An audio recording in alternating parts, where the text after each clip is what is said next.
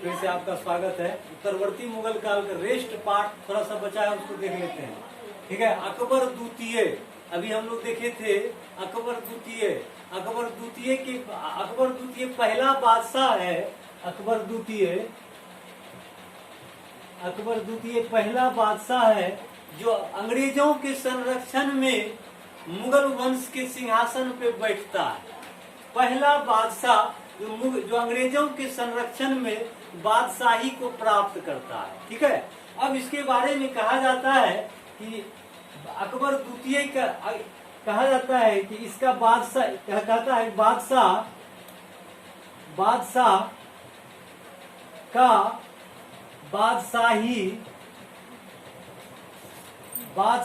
बादशाही कहाँ तक, तो दिल्ली के लाल किले तक सिमट कर रह जाता है। बादशाह का बादशाही लाल किले तक ही सिमट कर रह जाता है।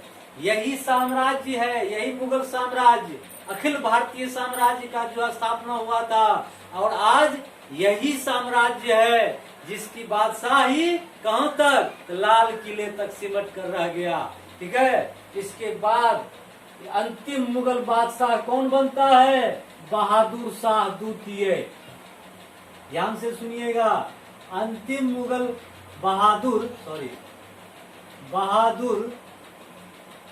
शाह द्वितीय। एक बहादुर शाह प्रथम देखे थे औरंगजेब की मृत्यु के बाद, जिसे साहेब खबर के नाम से जाना गया था, और एक बहादुर शाह द्वितीय अभी देख रहे हैं। ठीक है, जफर नाम से शायरी लिखता था, इसलिए इतिहास में इसे बहादुर शाह जफर भी कहा जाता है। ठीक है, जफर नाम से शायरी लिखा करता था, आयतें लिखा करता, आयत मतलब उर्दू का है, आयतें लिखा करता था, इसलिए इसके नाम के साथ जो है जफर शब्द जुड़ गया। इसका ड्यूरेशन क्या होगा, 1837 से कहता है कि 62 तक इसका कार्यकाल है, लेकिन इसके शासन काल में सबसे महत्वपूर्ण घटना जो घटित हुआ है वो है 1857 का रिवोल्ट। 1857 का रिवोल्ट अर्थात भारत का पहला स्वतंत्रता संग्राम कहा जाता है। 1857 की क्रांति। ठीक है, किसके शासन काल में, तो बहादुर शाह जफर के शासन काल में। देखिए 65 या 70-80 वर्ष के वृद्ध व्यक्ति थे, ये चुपचाप बैठ के लाल किले में जो है अपने शयन कक्ष में आयतें लिखा करते थे। ठीक है, लेकिन जब विद्रोही सैनिक जब लाल किले में प्रवेश करता है, कहा जाता है कि आपको हम जो बादशाह बनाते हैं पूरे भारत का, बोला कि जो है अब तो हम जो मरने के कगार पे बैठे हैं, मेरा एक पैर जो है कब्र में लटका हुआ है, मुझे क्या बादशाह बनाओगे। लेकिन विद्रोही सैनिकों के कहने पे जो ये तैयार होता है, वो 1857 क्रांति जब आएगा तो उस समय देखेंगे कैसे क्या क्या कौन कौन सी घटनाएं घटित हुआ था। अभी फिलहाल देखिए इसके समय महत्वपूर्ण घटना 1857 का रिवोल्ट।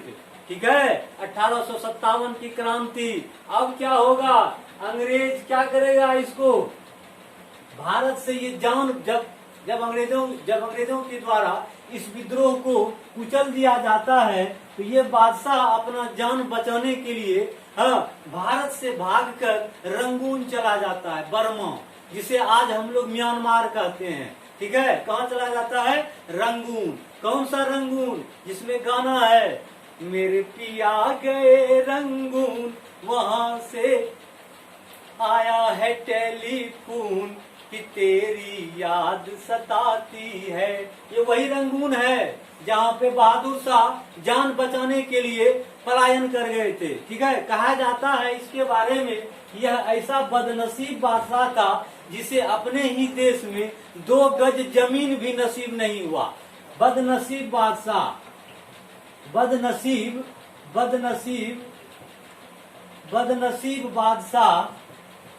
ठीक है, बदनसीब बादशाह जिसे अपने ही देश में 2 गज जमीन नसीब नहीं हुआ, भाग के गया था रंगून, ठीक है। वहीं पे अंग्रेज ने इसको पकड़ के इसकी हत्या कर देता है, इसके दोनों बेटों की भी हत्या कर देता है और रंगून में इसको दफना दिया जाता है। उसी पे इतिहासकार कहते हैं ऐसा बदनसीब बादशाह जिसे अपने देश में 2 गज जमीन नसीब नहीं हुआ। चलिए अब यहीं पे उत्तरवर्ती मुगल काल को एंड करते हैं। अगले वीडियो में कुछ अलग चीज, अलग टॉपिक लेके हम लोग चर्चा करेंगे। तब तक के लिए जय हिंद, जय भारत।